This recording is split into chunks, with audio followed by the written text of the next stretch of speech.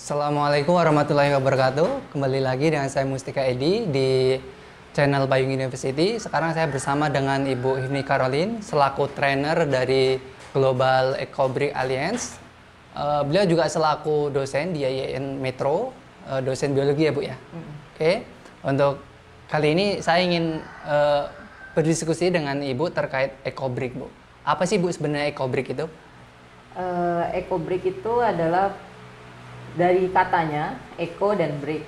Jadi dia alternatif batu bata yang ramah lingkungan karena dia terbuat dari botol plastik yang diisi atau dipadatkan dengan plastik sisa konsumsi kita sehari-hari.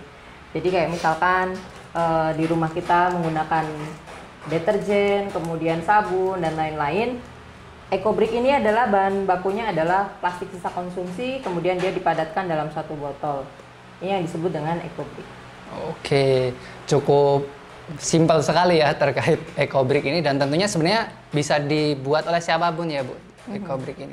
Iya, jadi ecobrick itu bisa kita buat sendiri masing-masing dari tiap rumahnya.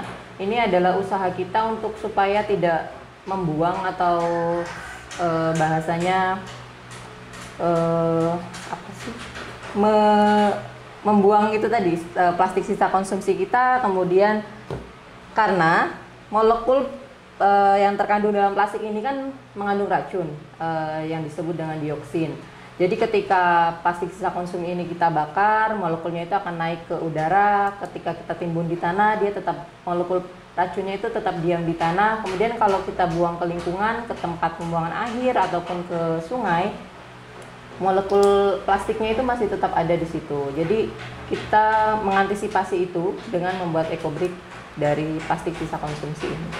Oke, berarti emang ecobrick ini sebenarnya juga bisa mengurangi limbah rumah tangga Bu ya. Betul. Terutama plastik. Nah kemudian Bu ya, kalau kita bicara terkait diet kantong plastik, saya rasa ini juga ada kaitannya ya Bu ya. Nah untuk terkait kampanyenya bagaimana Bu? Selama ini masih saya mengadakan pelatihan di kelas.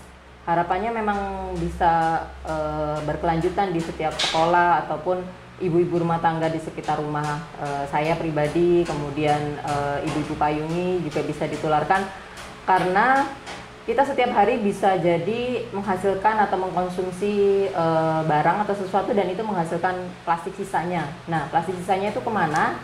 Dan ecobrick ini bisa jadi alternatif kita untuk menyiasati supaya kita tidak ikut menyumbang plastik sisa itu ke tempat pembuangan akhir sehingga dia menggunung. Oke, dan saya rasa juga menarik sekali tadi Ibu juga banyak bergerak bersama ibu-ibu payung Ibu ya. Tentunya kan ini ada peran perempuan terkait gerakan ini, dan bagaimana Bu terkait peran perempuan untuk menjaga lingkungan Bu melalui ecobrick ini Bu? Kalau menurut saya perempuan itu harus aktif dalam menjaga lingkungan, karena kalau ada istilah ibu bumi, maka peran ibu-ibu itu untuk menjaga buminya itu sama seperti peran ketika ibu-ibu itu menjaga keluarganya sendiri. Jadi sudah semestinya perempuan atau ibu ini ya cinta dan sayang kepada lingkungan.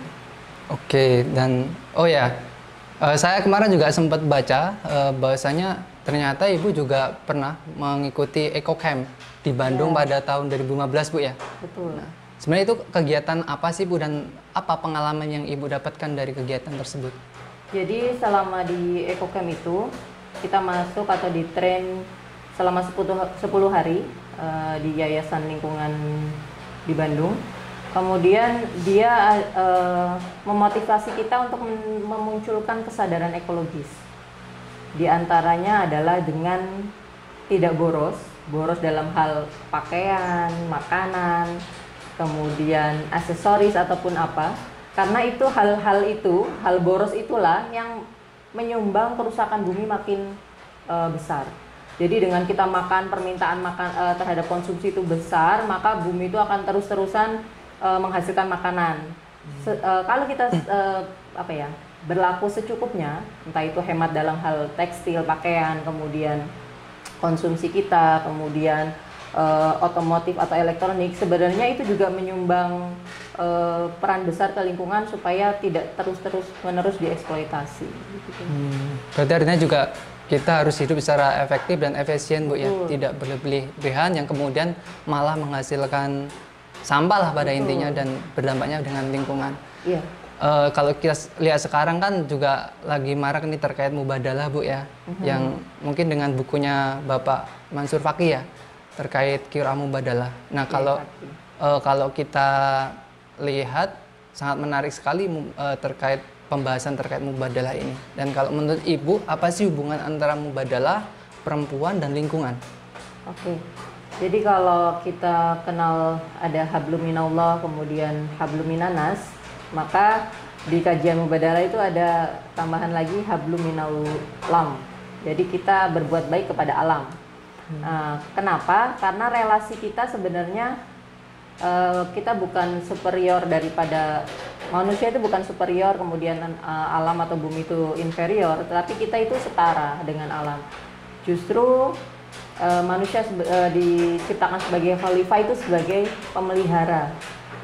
Kata khalifah sendiri itu artinya kan pemelihara. Maka kita sebagai manusia, kemudian saya pribadi sebagai perempuan berkewajiban untuk melaksanakan atau melakukan hablum minallam itu tadi, sehingga mubadalah itu bisa tercapai sama-sama kesalingan.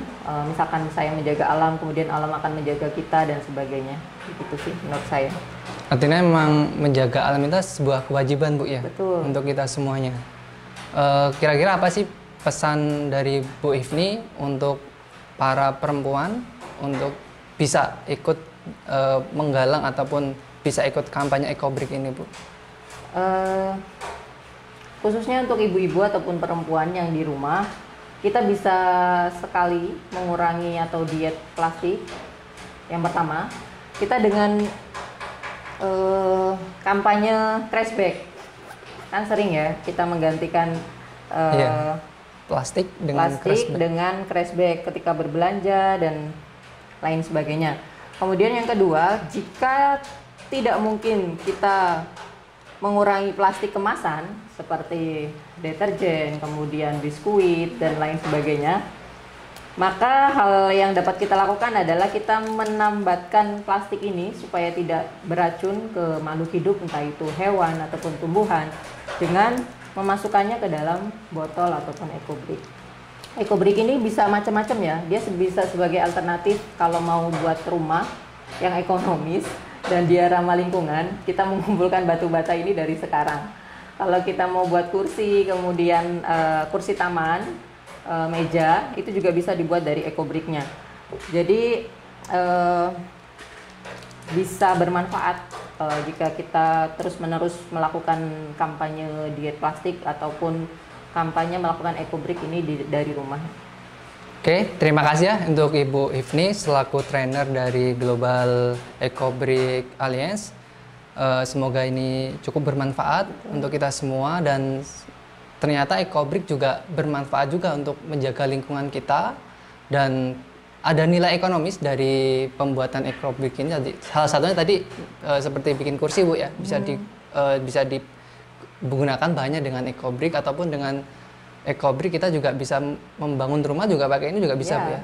Artinya sebenarnya gerakan Ecobrik ini sangat bermanfaat sekali untuk kita, apalagi ini juga digerakkan oleh para perempuan dan tadi juga Ibu Hifni juga sudah menjelaskan bahwasanya ada kaitannya dengan mubadalah terkait gerakan ini dan ternyata kita punya tanggung jawab untuk menjaga alam karena kita juga setara, Bu, ya, dengan alam. Mungkin itu pembahasan kita terkait Ecobrik.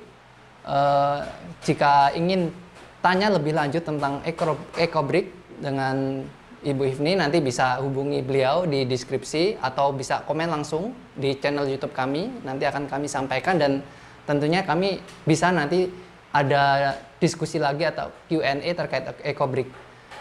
Mungkin cukup dari sini diskusi kami. Kami akhiri. Wassalamualaikum warahmatullahi wabarakatuh.